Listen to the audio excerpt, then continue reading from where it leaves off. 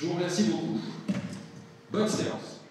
C'est la dernière fois que les 47 élus bas-normands se réunissent dans la salle Guillaume le Conquérant. Une session forcément empreinte d'émotion pour Laurent Beauvais, à la tête de la région depuis 7 ans et demi.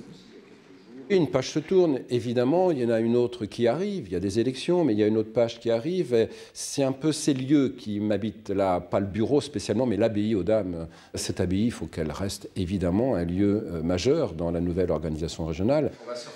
Ce matin, avant l'ouverture de séance, des images symboliques, celle de la dernière réunion avec les présidents de groupe, celle aussi du président avec son premier vice-président. Après 3 mandats, Jean-Carl Deschamps a décidé de ne pas se représenter. C'est donc aussi pour lui la fin d'une histoire commune. Oui, je me le suis dit ce matin en me levant.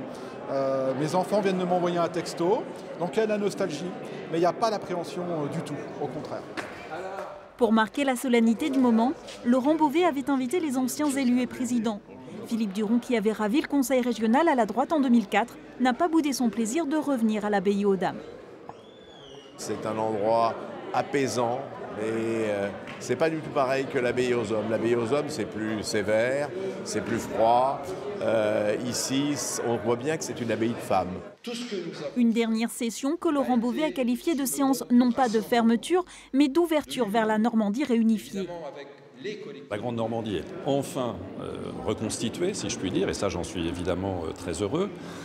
Ce que je crains, c'est que la préparation du travail du futur conseil régional de l'ensemble de la Normandie ait été totalement insuffisant.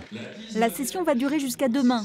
À l'ordre du jour, de nombreux dossiers dont l'équipe en place voulait assurer le vote avant le passage à la grande région, comme le nouveau musée d'Arromanches, la sauvegarde des archives Sangor, les énergies marines renouvelables à Cherbourg ou encore le plan numérique Ornay.